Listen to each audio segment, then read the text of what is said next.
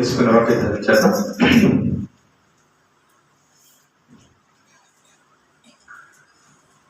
పరలోకమందున మా కన్న తండ్రి, నీ నామమునకు స్తుతి మహిమ ఘనత ప్రభావములు తెలియజేస్తూ ఉన్నాం. మరొక దినాన్ని మాకు అనుగ్రహించినందుకు స్తోత్రాలు. వినగల చెవులు, గ్రహించగల మనస్సును దయచేయండి. నీ పక్షాన నీవు నిలబెట్టుకున్న నీ దాసుని నేను అల్పజ్ఞుడను, పాపిని, నిష్ప్రయోజకుడను. కేవలం నీ ప్రేమ, నీ కృపచేత నీవు నిలబెట్టావు. నేను నీ చిత్తాన్ని బట్టి సమస్తము జరిగించమని, నీ కొరకు నేను ఉన్నతంగా మేము భక్తి చేయనట్లుగా దీవించమని క్రీస్తు యేసు పేరిట ప్రార్థిస్తున్నాం తండ్రి, ఆమేన్.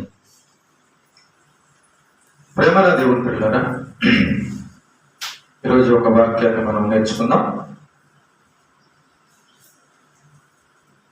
కొరింథీయులకు రాసిన మొదటి పత్రిక 11వ అధ్యాయము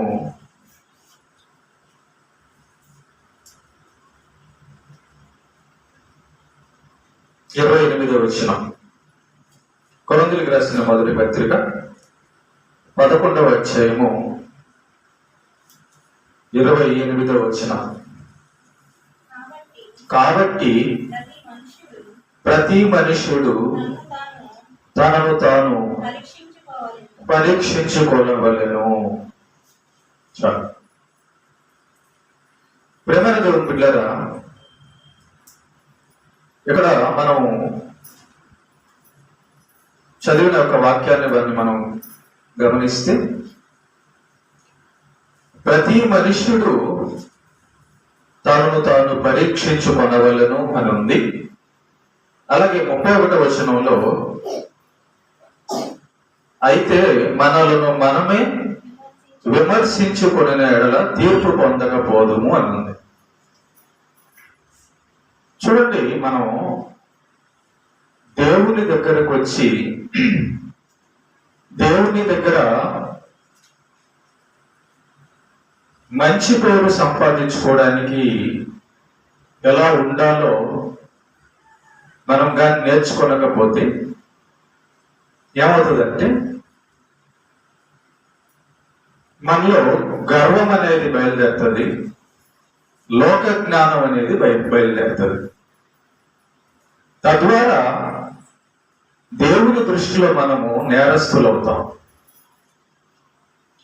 ప్రతి మనుషుడు కూడా తన ఎదుటి మనిషిని చూస్తాడే కానీ, లేదా ప్రతి మనుషుడు కూడా తనలో ఉన్న గొప్ప విషయాలు అనుకున్నవి చూస్తాడే కానీ తనలో ఉన్న లోటుపాట్లు చూసుకోడు. మనలో ఉన్న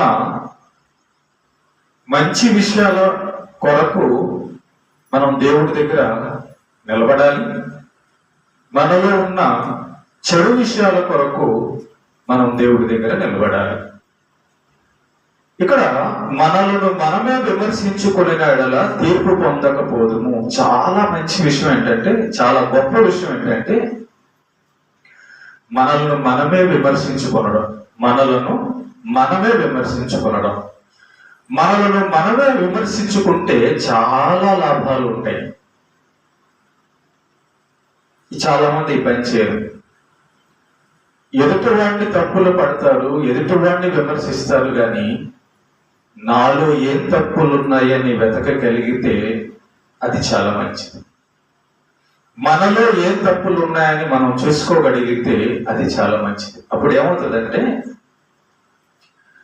మనలో ఏం తప్పులు ఉన్నాయో మనం కానీ చూసుకోగలిగితే ఎదుటి వాళ్ళని మనం తక్కువ చేసి మాట్లాడడం అనేది జరగదు. అంటే ఎదుటి వాళ్ళని ఎందుకు తక్కువ చేస్తారు? గర్వం వచ్చినప్పుడు. గర్వం ఎందుకు వస్తుంది? వారి గురించి వారికి తెలియనప్పుడు.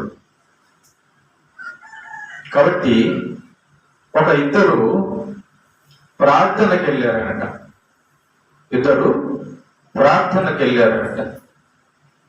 వాళ్ళిద్దరు యొక్క మనస్సులో ఏముందో, వారి జీవితాలు ఏముందో మనం చూసుకున్న తర్వాత మనం కూడా ఏం చేయాలో మనకు అర్థమవుతుంది. ఓకే, లూకాసు వార్త 18వ అధ్యాయము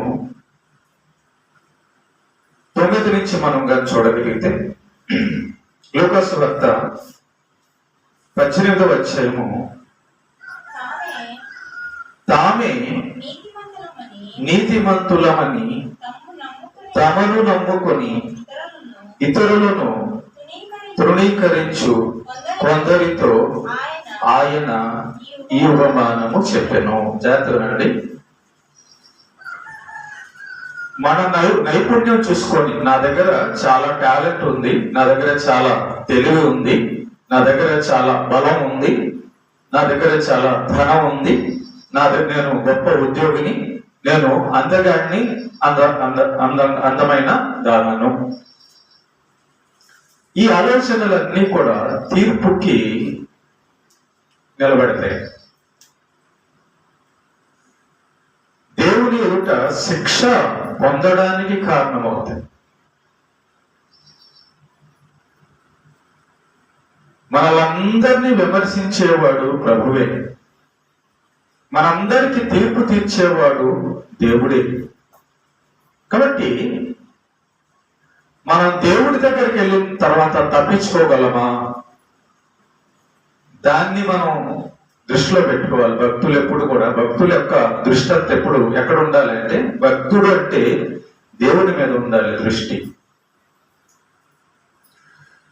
ఇద్దరంట ప్రార్థన చేయడానికి వెళ్ళారంట. మరి ప్రార్థన చేయడానికి ఇద్దరు వెళ్ళారంటే వీళ్ళిద్దరికి దేవుడి గురించి తెలిసే ఉంది. యేసు ప్రభు మనకొక విషయాన్ని చెప్తూ ఉన్నాడు. వాళ్ళిద్దరి జీవితాల్లోంచి చూడండి ఒకసారి. వాళ్ళిద్దరిలో మీరు ఏ విధంగా ఉన్నారు, వారిద్దరిలో మీరు ఎలాగ నడుచుకుంటున్నారు అనే విషయం మనకు నేర్పించాలని, తామే నీతిమంతులమని తమను నమ్ముకొని,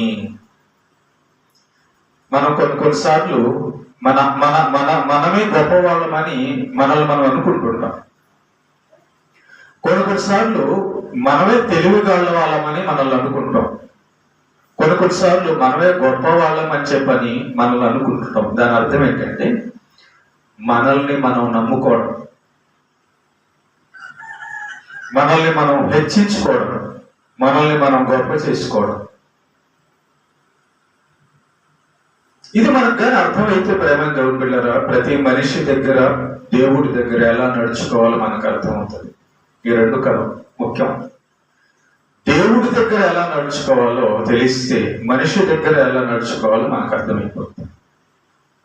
దేవుడి దగ్గర ఎలా ఉండాలో మనకు తెలిస్తే మనుషుల దగ్గర ఎలా ఉండాలో కూడా మనకు తెలుస్తుంది. కాబట్టి దేవుడి దగ్గర ఎలా ఉండాలి, మనుషుల దగ్గర ఎలా ఉండాలి అనేది మనకు అర్థం కావాలి. ఇద్దరంట దేవుడి దగ్గరికి వెళ్ళారంట, మందిరానికి వెళ్ళారంట. మందిరానికి వెళ్తే ప్రార్థన చేయుటకై ఇద్దరు మనుషులు దేవాలయమునకు వెళ్ళిరి. మనం అందరూ కూడా దేవాలయములో, మందిరములో కూడుకున్నాం. రైట్, మంచిది. మనలాగా మందిరానికి చర్చికి వచ్చిన ఇద్దరు ఉన్నారంట. ఆ ఇద్దరిలో ఒకడు పరిసయుడు, ఒకడు సుంకరుడు. పరిసయుడు నిలవబడి ప్రార్థన చేస్తున్నాడు. మందిరానికి ఎందుకు వెళ్తారు? ప్రార్థన చేయడానికి. మందిరానికి ఎందుకు వెళ్తారు?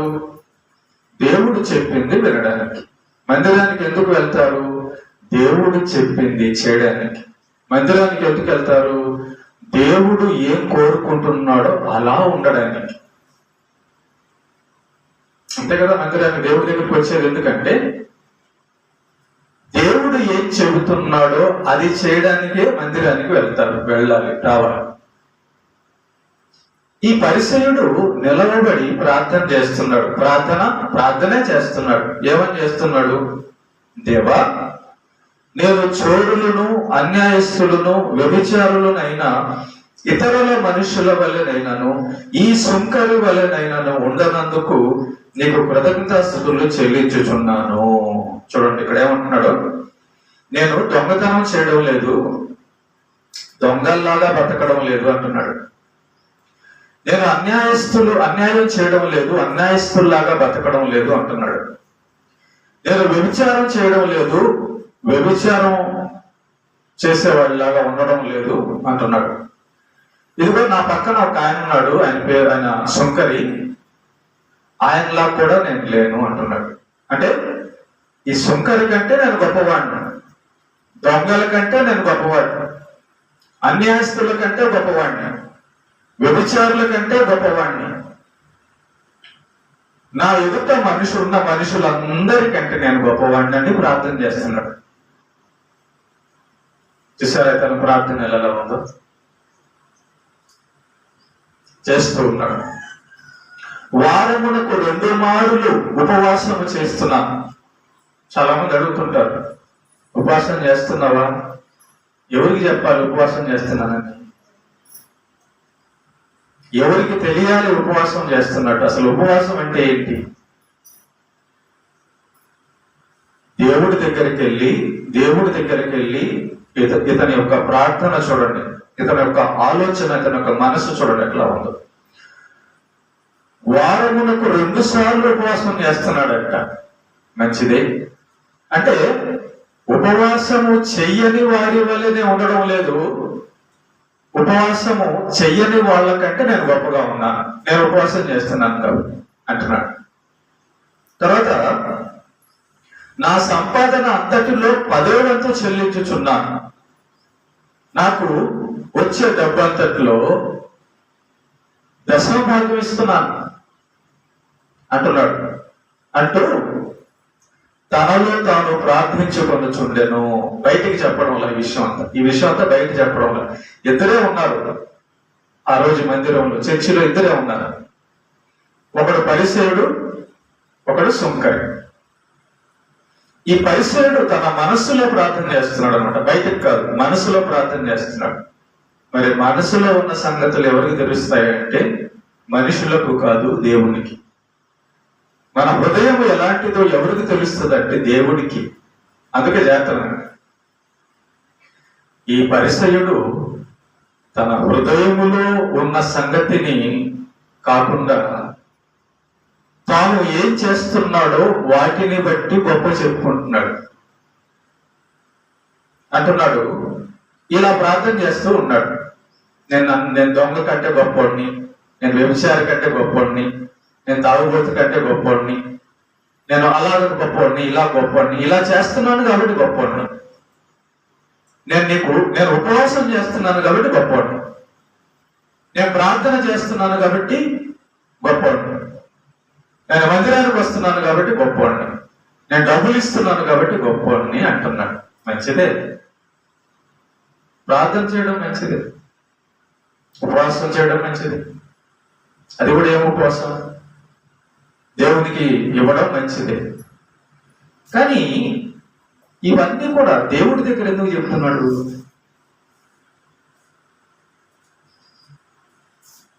మనసులో కదా ప్రార్థన చేసుకుంటున్నాడు, మందిరానికి కదా వచ్చాడు. మరి ఈ విషయాలన్నీ దేవుడికి కనబడనట్టుగా, దేవుడికి తెలియనట్టుగా దేవుడి దగ్గర వచ్చి చెప్తున్నాడు. చూడండి, దేవా ఉపవాసం చేస్తున్నాను కదా, నీకు తెలుసు కదా, తెలీదా? అంటే చూడు, ప్రభువా 10వ భాగం ఇస్తున్నాను, నీకు తెలుసా? ప్రభువా ప్రార్థన చేస్తున్నాను, నీకు తెలుసా అని చెప్తున్నాడు. దేవుడి దగ్గరికి వచ్చి దేవుడికి చెప్తున్నాడంటే సరే, ఇతన్ని ఒకసారి పక్కన.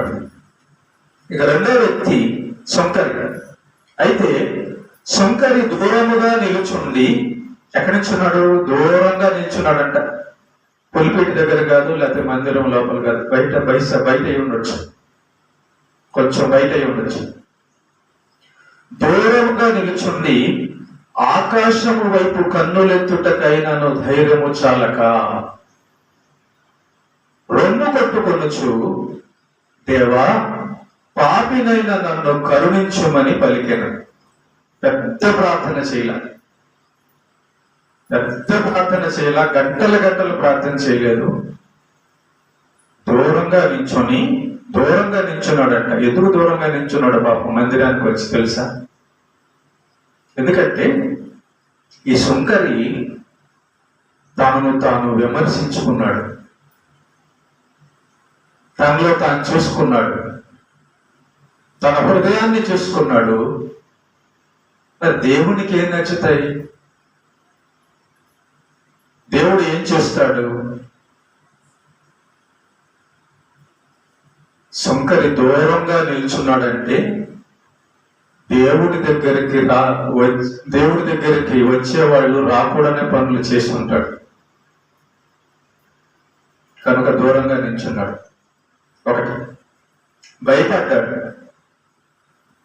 దేవునికి భయపడ్డాడు. దూరంగా నిల్చుండి ఆకాశం వైపు కన్నులెత్తుటకైనను అంటే దేవుడు ఎక్కడ ఉంటాడు? ఆకాశంలో ఉంటాడు.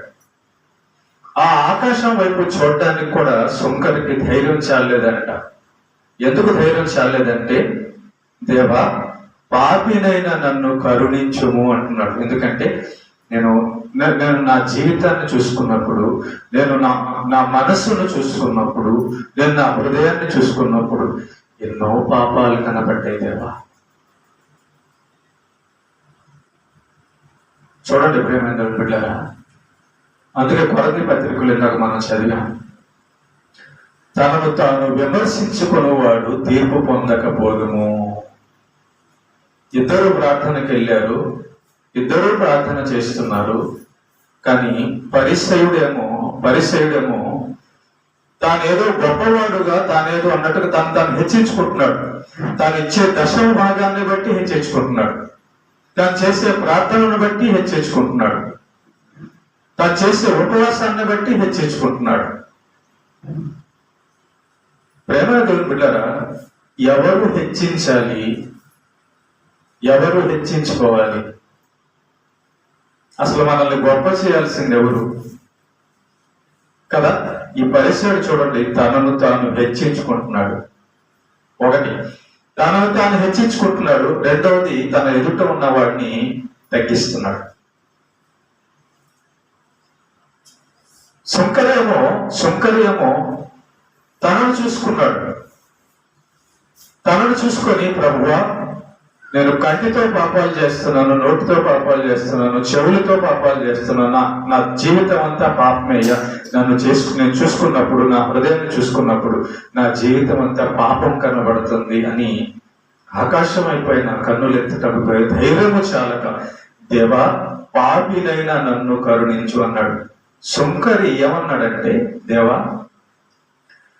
నన్ను నేను చూసుకున్నప్పుడు నా జీవితంలో పాపం కనబడుతుందయ్యా, కాబట్టి నన్ను క్షమించు అంటున్నాడు, నన్ను కరుణించు అంటున్నాడు. మనం కానీ మొట్టమొదట దేవుడి గురించి ఆలోచిస్తే, దేవుడు ఏం కోరుకుంటాడు, దేవుడు ఏం తీర్పు తీరుస్తాడు, దేవుడు ఎలాంటోడో అని మనకు అర్థమైతే మనం ఎదుటి వాళ్ళ దగ్గర గొప్పలకి పోమండి, మనం ఎదుటి వాళ్ళ దగ్గర హెచ్చించుకోమండి, గర్వించమండి. చూడండి ప్రేమ బిడ్డలారా, వీరిద్దరు ప్రార్థనకి వెళ్ళినప్పుడు దేవుడు తేల్చింది ఏంటంటే, ఈ పరిసరుడు ఉపవాసం చేస్తున్న వాడి కంటే, దశమ భాగం ఇస్తున్న వాడి కంటే, ప్రార్థన చేస్తున్న వాడి కంటే, మందిరానికి క్రమంగా తప్పకుండా వస్తున్న వాడి కంటే, దొంగతనం చేయకుండా ఉన్నవాడి కంటే, అన్యాయం చేయని వాడి కంటే, వ్యభిచారం చేయని వాడి కంటే, తన పాపములు దేవుని ఎదుట ఒప్పుకొని, తన యథార్థమైన మనస్సును చూసుకొని దేవుణ్ణి క్షమించమని అడిగి, దేవా నేను ఇలాంటోనని తనను తాను విమర్శించుకున్న వాడిని దేవుడు నీతిమంతుడిగా తీర్చాడు. ఉపవాసం చేస్తున్న వాడిని, దశంభాగం ఇస్తున్న వాడిని, మందిరానికి వస్తున్న వాడిని నీతిమంతుడిగా తీర్చిన. ఎందుకంటే వాడు తన టాలెంట్ చూసుకొని, తన పనులు చూసుకొని, తను చేస్తున్నది చూసుకొని గర్వించాడు. ఈ శరీరం దేవుడిచ్చిందే కదా, ఈ ధనము దేవుడిచ్చిందే కదా, ఈ ఆయుష్కాలం దేవుడిచ్చిందే కదా, సమస్తము దేవునివే కదా అని అతడు పరిసరుడు వచ్చి, అయ్యా నేను ఎన్నో పాపాలు చేసినవాడిని, నా బ్రతుకెంత నీ దృష్టికి, సమస్తం నీవు ఇచ్చినవే కదా అనిగా చేసుకుంటే బాగుండేది. పరిస్థితి అలాంటి చేయలే. గుర్తుపెట్టుకోండి, 99 మంచి పనులు చేసిన ఒక దగ్గర ఇతడు తప్పిపోయాడు. అదేంటంటే ఎదుటి మనిషిని తనకంటే తక్కువగా అనుకుంటున్నాడు. ఎదుటి మనిషిని విమర్శిస్తున్నాడు. దేన్ని బట్టి అంటే తాను చూస్తున్న దాన్ని బట్టి ఎదుటి మనిషిని విమర్శిస్తున్నాడు. ఎప్పుడు వాడు గుర్తుపెట్టుకోండి, ఈ పరిస్థితుడు ఎక్కడ దెబ్బతిన్నాడంటే, ఈ పరిస్థితుడు ఎక్కడ దేవుడి చేతుల్లో దొరికాడంటే, తనను నమ్ముకున్నాడు. తాను చేస్తున్నందువలన గొప్పవాడు అనుకుంటున్నాడు. ప్రార్థన మనం దేవునికి చెయ్యాలి, కానీ ప్రార్థన చేస్తున్నందువలన భూమి మీద ఉన్న మనుషులందరికంటే గొప్పవాడు కాదు. మందిరానికి ఖచ్చితంగా రావాలి, మానకూడదు, కానీ మందిరానికి మనం వస్తున్నందువలన ఏ మనిషి ఎదుట మనం గొప్పవాళ్ళమని కాదు. మనం దేవుని ఆజ్ఞలు పాటిస్తున్నాం మంచిదే, కానీ దేవుని ఆజ్ఞలు పాటిస్తున్నందువలన మనుషులందరికంటే గొప్పవాళ్ళమని కానీ కాదు. దేవుడు ఏం చెప్తున్నాడంటే, అందరూ పాపము చేశారు అంటున్నాడు. అందరూ పాపము చేసిన వారే అంటున్నాడు. కాబట్టి పాపులైన మనము ముందు మనల్ని మనము దేవుని ఎదుట సరిచేసుకోవడానికి ఈ జీవితకాలం మొత్తం కూడా ఉపయోగించుకోవాలి. మనల్ని మనం సరిచేసుకునే దాంట్లో దేవుడి దగ్గరికి మనం వెళ్ళినప్పుడు చూడండి, దేవుడు అనే మాట ఒకటే. దేవుడు కీర్తనకారుడు దావీదు గారు అంటాడు 130వ కీర్తనల్లో, దేవా నువ్వు గాని తక్కిట పెట్టి చూస్తే, నువ్వు గాని నా పాపాలన్నీ చూస్తే నేను ఎక్కడ నిలబడతాను? మనుషులందరి పాపాలు చూస్తే ఎక్కడ నిలబడతామయ్యా? ఎక్కడో చోట దొరికిపోతాం కదా మేము. కాబట్టి గుర్తుపెట్టుకోండి, ఈ ఇద్దరి జీవితంలో నుంచి మనం నేర్చుకోవాల్సిన పాఠం ఏంటంటే, మన హృదయాన్ని దేవుడు చూస్తున్నాడు. మన హృదయంలో ఎలాంటి చెడు ఆలోచనలు కలిగి ఉన్నామో, ఎలాంటి మంచి ఆలోచనలు కలిగి ఉన్నామో దేవుడు చూస్తూ ఉన్నాడు. కాబట్టి మనము ఆలోచన చేయాల్సింది, మనం బ్రతకాల్సిన విధానం ఏంటంటే, నేను దేవుని ఎదుట ఎలా బ్రతుకుతున్నాను అని మనల్ని మనం విమర్శించుకోగలిగితే, మనకు మనం తీర్పు తీర్చుకోగలిగితే, మనలో తప్పులు ఉన్నాయో లేవో వెతకగలిగితే, టోటల్ గా ప్రతిరోజు మనం చేయాల్సిన పని ఏంటో తెలుసా? నా హృదయంలో ఈరోజు నేనేం పాపాలు చేశాను. పాపం అంటే ఏంటి? పరిసైడికి తెలియలా.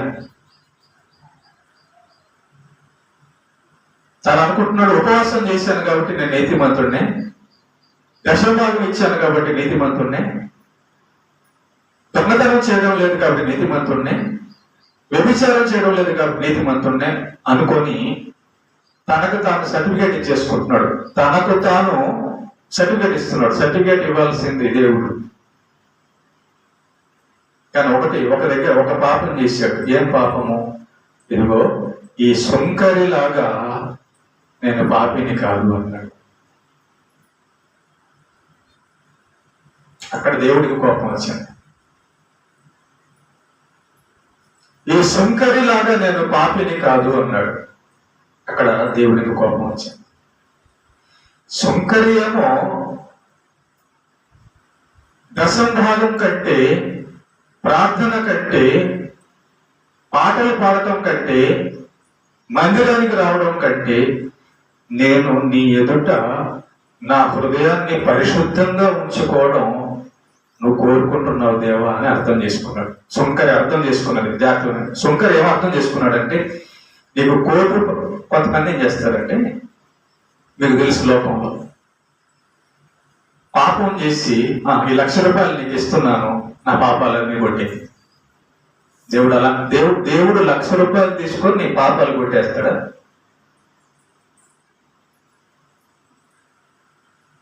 ఆలోచన చేయి. నీకు నేను ఇంత బంగారం ఇస్తున్నాను, నా పాపాలన్నీ కొట్టే. గుర్తుపెట్టుకోండి, ఈ లోకంలో ఉన్న మనుషులు అలాంటి పనులు చేస్తారు. దేవుడు అలాంటి పని చేయడం. దేవుడు పరిశుద్ధుడు, న్యాయవంతుడు. ఆయనకి న్యాయం నచ్చుతుంది, ఆయనకి పరిశుద్ధత నచ్చుతుంది, ఆయనకి మంచితనం నచ్చుతుంది. కానీ మనం ఇచ్చే వెండి బంగారాలు, హృదయ శుద్ధి లేని ప్రార్థన, హృదయ శుద్ధి లేని పాట, హృదయ శుద్ధి లేని ఆరాధన, హృదయ శుద్ధి లేని ఏ కార్యక్రమము దేవునికి నచ్చదు. ఈ పరిసయుడికి హృదయ శుద్ధి లేదు. అంటే అర్థం ఏంటో తెలుసా? పైన చేస్తున్నాడు, హృదయంలో అప్పులేమో నేను అందరికంటే గొప్పవాడిని అనే పాపం కనబడుతుంది. నాలాగా వీళ్ళు ప్రార్థన చేయలేరు, నాలాగా దర్శనం భాగ్యం ఇవ్వలేరు, నాలాగా మందిరానికి రాలేరు, నాలాగా ఇలా చేయలేరు అనే గర్వము లోపల పెట్టుకొని చేస్తున్నాడు పరిసయ్యుడు.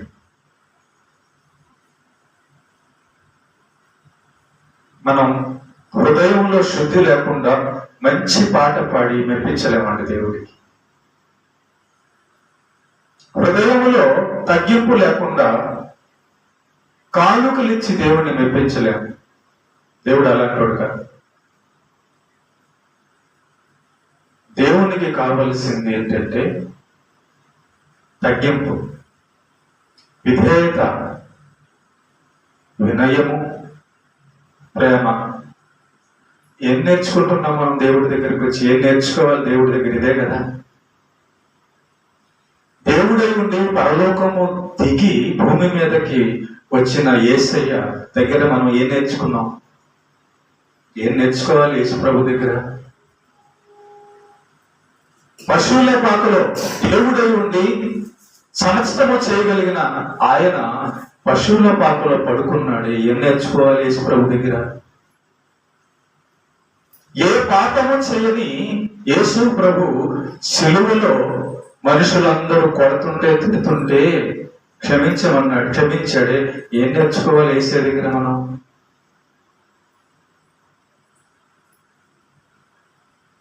కాబట్టి ప్రేమను దేవుని పెట్టరా, ఎప్పుడు కూడా గుర్తుపెట్టుకోండి, మనము గొప్పవారము అనే ఫీలింగ్ ఎప్పుడు కూడా రాకూడదు. పలానా దాంట్లో నాకు నైపుణ్యం ఉంది, పలానా దాంట్లో పక్కనోడికి నైపుణ్యం లేదు, అసలు ఈ టాపిక్ రాకూడదు. మనం పాట పాడుతున్నది దేవుడి కోసం, పక్కనోడికి నచ్చడానికి కాదు. అర్థమవుతుందా? చర్చికి వచ్చింది దేవుడికి నచ్చడానికి.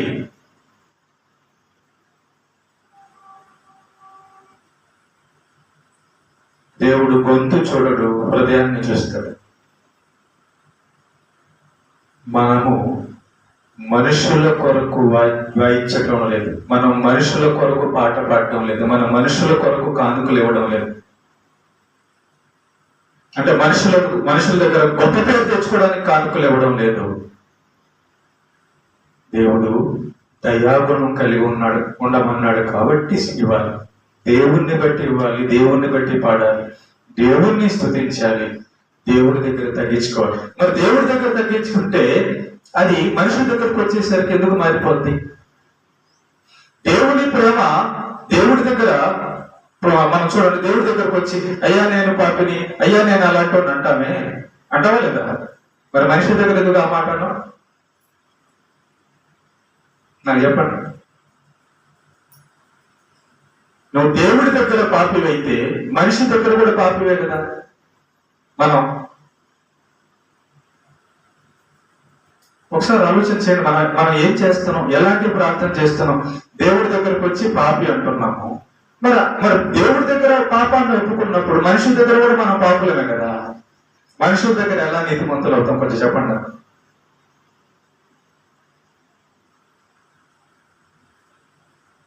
ఇది గ్రహించాలండి.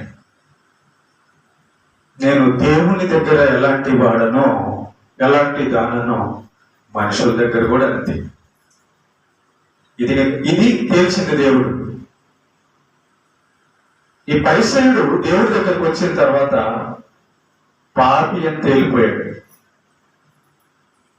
గర్విష్ఠుడని తేలిపోయాడు, ఎదుటి వాళ్ళని విమర్శించేవాడని తేలిపోయాడు. తన హృదయంలో గర్వం ఉందన్న సంగతి తాను చేసిన దాన్ని బట్టి, తనకున్న నైపుణ్యాన్ని బట్టి, తనకున్న బలాన్ని బట్టి, ధనాన్ని బట్టి గర్విస్తున్నాడన్న సంగతి అతను ఆ పాయింట్లో తప్పిపోయాడు. పక్కనోడు పాపం చేస్తుంటే తీర్పు నువ్వు కాదు దేవుడు ఇస్తాడు. మంచి చెప్పు, ఇలా చేయొద్దని చెప్పడం తప్పులేదు కానీ నాలాగా నువ్వు లేవు అనే మాట వాడకూడదు. అంటే నాలాగా నువ్వు లేవనంటే నేను నీతిమంతుంటే నువ్వు పాపిగా ఉన్నావు అని చెప్పడం అన్నమాట.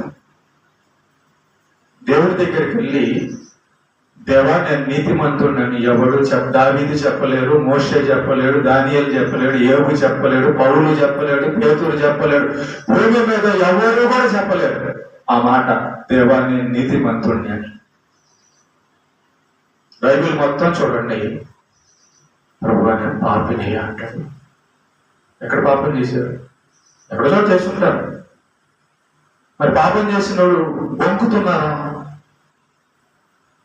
దానియేలు ఏమైనా బొంకాడా? దావీదు ఏమైనా బొంకడం అంటే చేసి చెప్పకుండా దాచడం అన్నమాట.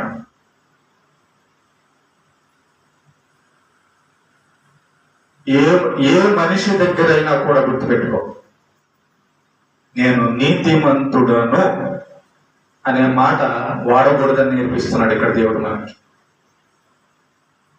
ఈ పరిసయుడు సుంకరి దగ్గర నేను నీతిమంతుడు అని చెప్తున్నాడు. సుంకర తీర్పు తెచ్చేది దేవుడా? దేవుడి దగ్గరకు వచ్చి మనిషి దగ్గర నేను నీతిమంతుడని చెప్పుకుంటే, ఆహా నువ్వు సుంకర దగ్గర నీతిమంతుడని చెప్పుకుంటున్నావా? నీ కేసు నేను చెప్తాను, నీ చరిత్ర నేను చెప్తానని దేవుడు ఏమంటున్నాడు? అవతల వాడిని, నీలో ఉన్న వాటిని చూసుకుని అవతల వాడిని నువ్వు తగ్గించి చూసి మాట్లాడుతున్నావే, పాపిని అని మాట్లాడుతున్నావు, అదే నువ్వు చేసే పాపం అన్నాడు. ఇదే నీలో ఉన్న పాపం అన్నాడు.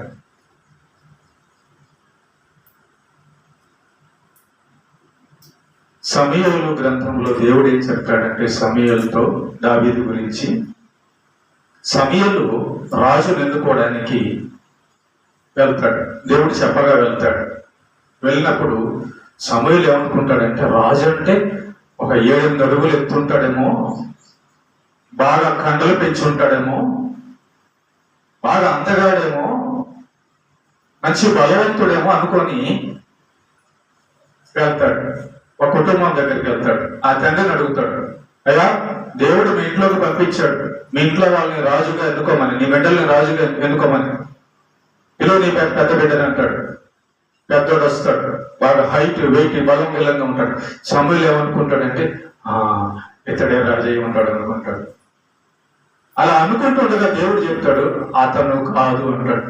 ఆశ్చర్యపోతాడు సమూయేలు. అదేంటి ఇంత హైట్ ఉన్నాడు, ఇంత బలం ఉన్నాడు, ఇంత అందం ఉంది, ఇంత ఇది ఉంది, ఇతను రాజు కాదా? పక్కన పెట్టి అతన్ని అంటాడు.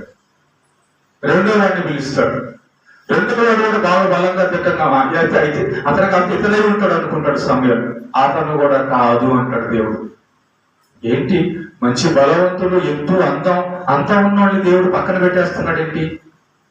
అలాగా అందరూ అయిపోయిన తర్వాత దేవుడు అంటాడు, వీళ్ళెవ్వరు కాదు అంటాడు. అదేంటి ప్రభు? సమూయేలు అంటాడు, అదేంటి ప్రభు? రాజు అంటే బాగా ఎత్తు హైట్ అందం బలం అంతా ఉండాలి కదా, మరి వీళ్ళెవరు కదా, ఇంకెవరు లేరే అని అంటే, ఇంకొకడు ఉన్నాడు అంటాడు. అప్పుడు సమూయేలు అంటాడు, కుటుంబంలో తండ్రి నీకు ఇంకా వీళ్ళే పిల్లకాయలు ఇంకెవరు ఉన్నారంటే, ఒకడు ఉన్నాడండి చిన్నోడు, లాస్ట్ లో పశువులు మేపుకుంటుంటాడు, ఎవరో పశువులు మేపుకుంటుంటాడు, దావీదు అతని పేరు, వాడి పేరు దావీదు. వాడు కాదులే అంటాడు తండ్రి అంటాడు. వాడిని వీళ్ళు అప్పుడు దేవుడు అంటాడు సమూయేలు, అతన్ని పిలవమని చెప్పాడు. దావీదు గుహలో ప్రార్థన చేసుకుంటుంటాడు, దైవ ధ్యానం చేస్తూ ఉంటాడు. చిన్నోడు హైటు లేదు, వెయిట్ లేదు, ఇంకోటి ఏం కాదు. దేవుడి దగ్గర దీనుడై ఉంటాడు. బైబిల్లో ఏమంటుందంటే, ఎవడు దీనుడై విరిగి నలిగిన మనస్సు కలిగి ఉంటాడు, వాని యందు నేను లక్ష్యం ఉంచుతున్నాను. వస్తాడు దావీదు, చిన్నోడు. సమూయేలు చూసి, ఎంత చిన్నోడు రాజా. అవును, దావీదు యొక్క హృదయాన్ని నేను చూశాను సమూయేలు.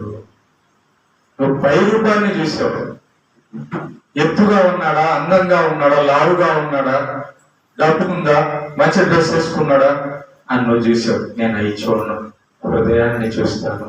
దావీదు హృదయము, నేను కూర్చోమంటే కూర్చుంటాడు, నిల్చోమంటే. దావీదు హృదయము గర్వము లేని హృదయము. పాపము చేసినప్పుడు కూడా, బెత్షెబతో పాపము చేసినప్పుడు కూడా ఫస్ట్ కప్పుకున్న తర్వాత ఒప్పుకుంటాడు. అవును, పాపం చేసి అది చూస్తాడు మీరు.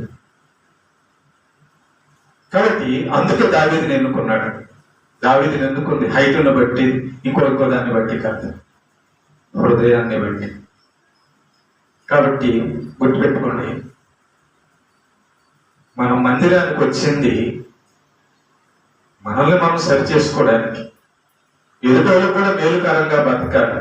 కానీ ఎదుటి వాళ్ళ దగ్గర మనం గర్వించుకోవడానికి, ఎదుటి వాళ్ళ దగ్గర మనం గొప్ప వాళ్ళని అనిపించుకోవడానికి మాత్రం అది మన పనే కాదు. అది చేయకూడదని దేవుడు అంటున్నాడు.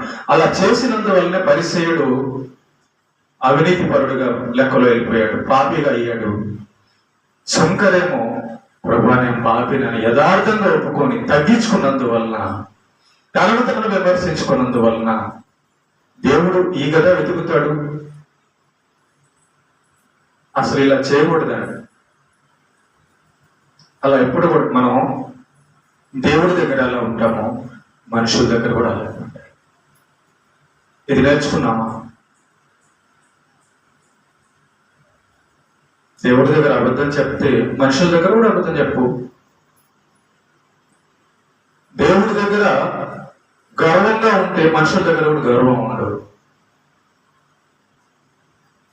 నువ్వు దేవుని ఎదుట నీతిమంతుడు అని అనుకుంటే మనుషుల దగ్గర కూడా ఉండడు. కాదు, అది కాదే.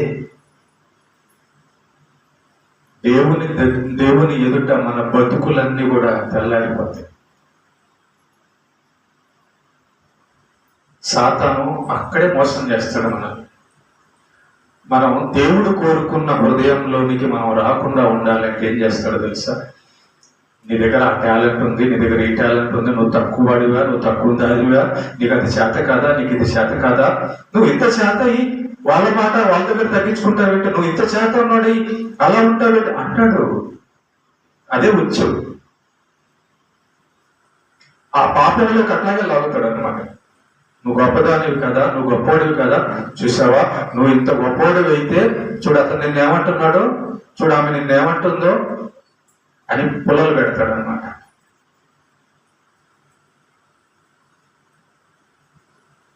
అప్పుడు మనం ఏమనుకుంటాం, అవును కదా, నాకు ఇంత జ్ఞానం ఉంది, నాకు ఇంత టాలెంట్ ఉంది, నేను ఇంత గొప్ప ఉంది, నేను ఇంత అందగాన్ని, నన్నే వాడు తక్కువ చేస్తారా? వచ్చేస్తుంది. వాడికి కావాల్సింది, వాడికి కావాల్సింది. దావీదు ఒక మాట అంటాడు, నీవు నన్ను హెచ్చించుటకు నేను ఏ పాటి వాడను. 2 సమూయేలు 7:18 ఆ మాట ఉన్నది. తర్వాత చదువుకోండి, ముగించేస్తాను. దావీదు రాజు అవుతాడండి. గొర్రెల కాపరిగా ఉన్న దావీదు, ఎవరు పట్టించుకొని తృణీకరింపబడిన దావీదుని దేవుడు రాజుగా చేస్తాడు. అది మర్చిపోడు దావీదు అది మర్చిపోడు. నేను ఎక్కడో గొర్రెల కాపరిగా ఉన్నా. గొర్రెల కాపర్లు ఎలా ఉంటారు? దుమ్ము కొట్టుకొని, బట్టలంతా దుమ్ము, అడవిల్లో చెట్టల్లో పొట్టల్లో తిరిగేవాడు. డ్రెస్ ఎట్లా ఉంటుంది?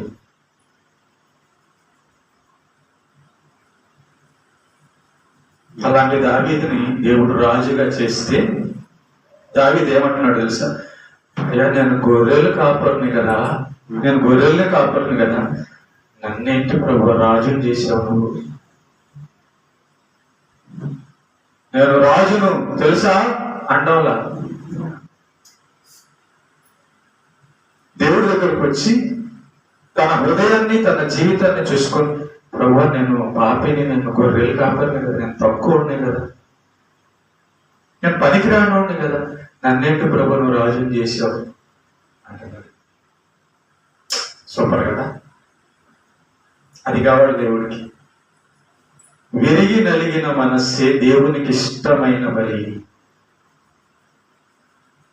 మనం చేసే ప్రార్థన చేయాలి, కానీ ప్రార్థనను బట్టి గొప్పవాళ్ళం కాదు. వాక్యం చెప్పాలి, వాక్యం చెప్పదాన్ని బట్టి గొప్పవాళ్ళం కాదండి. డబ్బు ఇవ్వాలి, దాన్ని బట్టి అసలు దేన్ని బట్టి గొప్పవాళ్ళం కాదు. ఒకటే నా దేవుడు గొప్పోడు, నేను నమ్ముకున్న యేసు గొప్పోడు. అక్కడ ఒక్కడి దగ్గర దేవుడి విషయంలో తప్ప ఇంకెక్కడ కూడా నేను గొప్పోడిని అనడానికే లేదు. దేవుడు గొప్పోడు అంతే. కాబట్టి మనం దేవుడి దగ్గరికి వెళ్ళినప్పుడు ఇవన్నీ మనం చూడాలి కదా, ఇవన్నీ నేర్చుకోవాలి కదా. అమ్మో, దేవుడు నా బ్రతుకుని చేస్తాడు కదా. ప్రభువా, నేను బాగా ప్రార్థన చేస్తున్నాను కాబట్టి మిగతాయన్నీ ఏంటి ఎట్ట చేసినా పర్లేదు, నన్ను పరలోకానికి పంపించాక కుదరదు. ప్రభువా, నేను డబ్బులు ఇస్తున్నాను కదా, నన్ను పరలోకానికి అలా కుదరదు. దేవుడికి విరిగి నలిగిన తగ్గింపు మనసు. అసలు ఒకరితో మనకి పని ఏంటి? పరలోకం వెళ్ళాల్సింది నువ్వు, పరలోకం వెళ్ళాల్సింది మనం, పరలోకం వెళ్ళాల్సింది మన జీవితాన్ని బట్టి. పక్కనోడు బాగుంటే పరలోకం వెళ్తాడు, వాడు బాగు అయితే నరకానికి వెళ్తాడు. నీకెందుకు?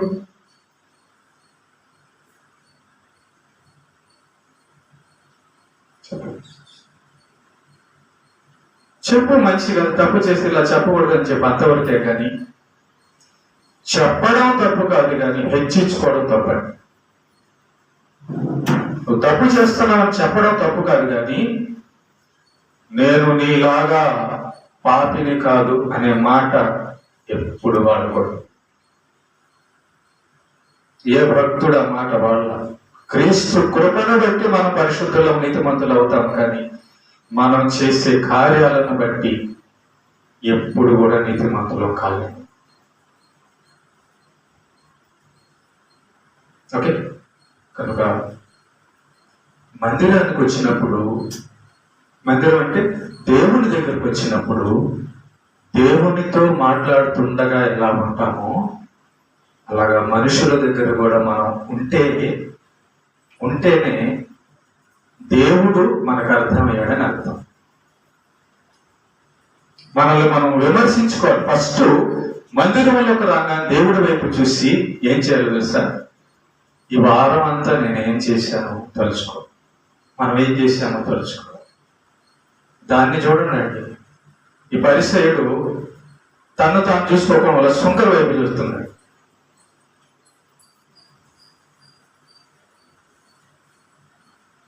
మన పాపాలు మనకు అర్థమైతే అవి కడుక్కోవడానికి సరిపోతుంది. వాటిని సరి చేసుకోవడానికి మన జీవితం సరిపోతుంది.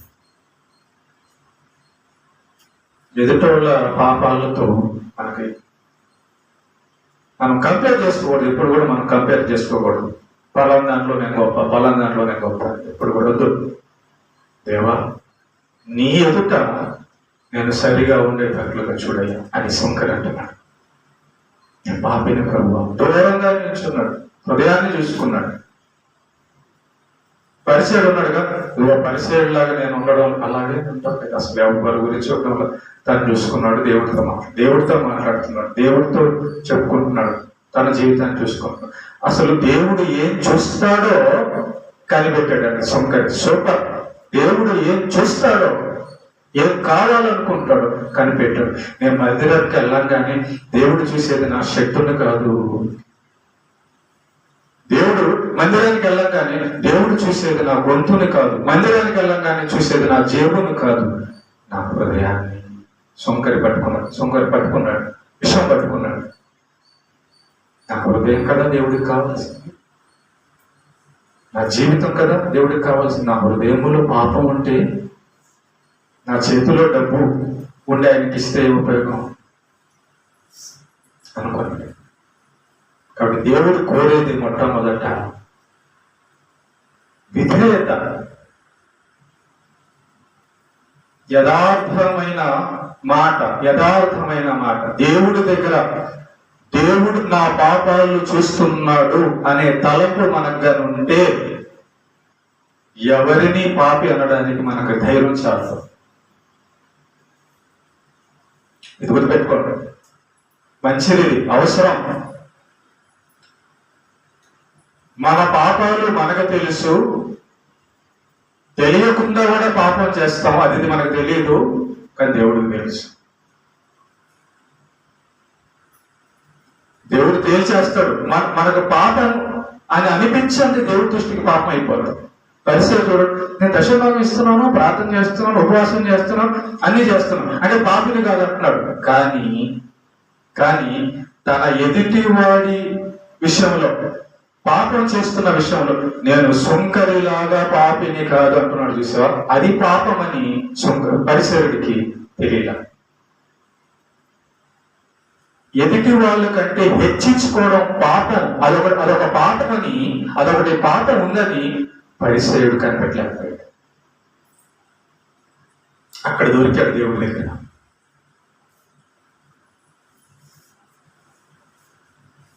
ఈ పరిసరుడు తెలుసుకోవాల్సింది ఏంటంటే, దేవుని ఆజ్ఞలు పాటించేటప్పుడైనా పాటించక ముందైనా ఎక్కడో చోట పాపం చేసి ఉంటాడు. అది ఒప్పుకోవాలి దేవుడి దగ్గర. కాబట్టి దేవుని దగ్గర జాగ్రత్తగా ఉండాలంటే మనం దేవుడి దగ్గర జాగ్రత్తగా ఉంటే మనిషి దగ్గర కూడా జాగ్రత్తగా ఉండాలి.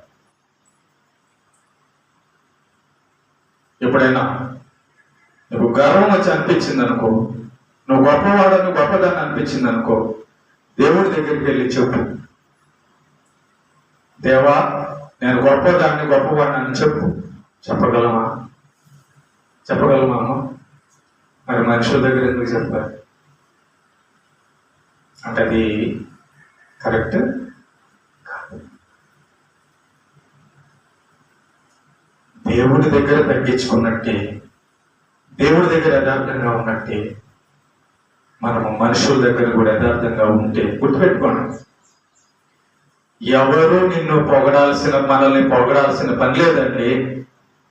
ఎవరు మనల్ని పూల కంపులు ఎత్తాల్సిన పని లేదండి. మనల్ని మెచ్చుకోవాల్సింది యేసయ్య ఒక్కడే. ఆయన మెచ్చుకుంటే చాలు.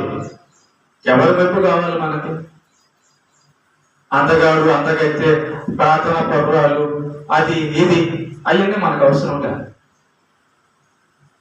మన దావీదు ఏమంటున్నాడంటే, నేను ఏ పాటి వాడను, నా బతికెంతయ్యా అంటే నా సౌకర్యం కూడా, నా బతికెంత ప్రభు క్షమించు. ఇది మనకు అవసరం. కాబట్టి ఈరోజు మనం ఏం నేర్చుకున్నామంటే, ఏ మనిషి దగ్గర గొప్పలు పోకూడదు. అసలు గొప్ప పోవడానికి మన దగ్గర మనం ఏ పార్టీ వాళ్ళం, మన దగ్గర మనదేముంది? చెడిపోయిన వాళ్ళని ఆయన మార్గంలోకి నడిపించుకున్నాడు. ఎవరిని?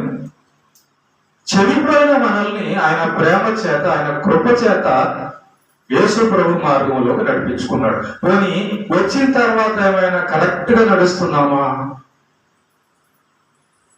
నిజంగా ఒప్పుకున్నాం? నాకు చెప్పండి, వచ్చిన తర్వాత ఏమైనా 100% మనం కరెక్ట్ గా నడుస్తున్నామా? మరి ఎందుకు ఎదుటోళ్ళ దగ్గర నాటకాలు అంటాం? దేవుడి దగ్గర నాటకాలు సాగుతాయా? మరి ఎదుటోళ్ళ దగ్గర ఎందుకు? అసలు మనల్ని మనం చూసుకొని సరిదిద్దుకుంటూ పోతుంటే అది చాలు. చెప్పాల్సిన అవసరం లేదు, ఎవడికి తప్పబట్టాల్సిన అవసరం లేదు. దేవుడు ఎదుట భయభక్తులు కలిగి నీతిగా మనం వెళ్తుంటే అప్పుడు ఏమవుతుందంటే, దేవుడి యొక్క గుణలక్షణాలన్నీ మన జీవితంలో ఏర్పాటవద్దు. అవన్నీ ఎదుటి వాళ్ళు గమనిస్తుంటారు, మనం ఎలా బతుకుతున్నాం ఎదుటి వాళ్ళు కూడా తెలుస్తుంటారు. నువ్వు చెప్పాల్సిన అవసరం లేదు. నేను ప్రార్థన పరుణ్ణి, నేను డబ్బు, అది అంత అవసరం లేదు. నువ్వు చేస్తుంటే ఆ పని వాడికి జవాబు. అర్థమైంది కదా నేను చెప్పింది? మనం చేసే పని చూస్తున్నారుగా, వింటున్నారుగా, మళ్ళీ ఇంక చెప్పడం కాబట్టి అవసరం లేదు. ఒకటి. రెండోది ఏంటంటే, మనం ఎంత ప్రార్థన చేస్తున్నా, ఎంత బాగున్నా కూడా అవతల వాళ్ళ దగ్గర హెచ్చించుకున్నాం అనుకో, అవతల వాళ్ళని తక్కువ చేసి మాట్లాడామనుకో, ఇక్కడ దొరుకుతాం. ఎక్కడ? దేవుడి దగ్గర దొరికిపోతాం. ఇంత ప్రార్థన చేసి, ఇంత దశభాగం ఇచ్చి, ఇంత ఉపవాసం ఉండి ప్రయోజనం లేకుండా పోయి, దేనివలన? ఒక మనుషుడి దగ్గర హెచ్చించుకున్నందువలన. చూసారా? 99 చేసి ఒక దగ్గర మిస్ అయితే పోయినట్టే మొత్తం. ఎందుకలాగా? ఎందుకు పోగొట్టుకోవాలి పరలోకాన్ని? ఎందుకు దేవుడి దగ్గర అట్లా మనం శిక్షింపబడాలి? ఈ పని చేయకపోతే బాగుండేది కదా, పరిసేడు ఆ పని చేయకపోతే బాగుండేది కదా. సుంకరి పాపి, సుంకరి అలాంటి సుంకరి లాగా అన్న మాట అనకుండా ఉంటే బాగుండేది. తక్కువ చేసి ఉండకుండా ఉంటే బాగుండేది. సరిదిద్దడం వేరు. ఇక్కడ మీరు గుర్తుపెట్టుకోవాల్సింది, సరిదిద్దడం వేరు, నేను నీతిమంతుణ్ణి అని చెప్పుకోవడం వేరు. కాబట్టి అది కనిపెట్టాలి, దాన్ని గమనించుకోవాలి. ఓకేనా? ఏ మనిషి దగ్గర మనం నీతిమంతుడము అని గొప్పవారు మనం అనిపించుకోవడానికి అవసరం లేదు. ఎందుకంటే దేవుడు చెప్తాడు అది ఆ మాట. రేపు ఏసయ్య చెప్తాడు, అందరిని నిలబెట్టి నువ్వు నీతిమంతుడవు దప్పరలోకం అంటాడు. అదిగో నువ్వు పాపి, నీళ్ళు నరక. ఆ డ్యూటీ, ఆ పని ఏసయ్య. మన పనుల్లో ఏంటో తెలుసా? ప్రభువా, పోయిన వారం అబద్ధం చెప్పాను, నన్ను క్షమించా. పోయిన వారం ఈ తప్పు చేశానా? మనల్ని చూసుకోవడమే మన పని.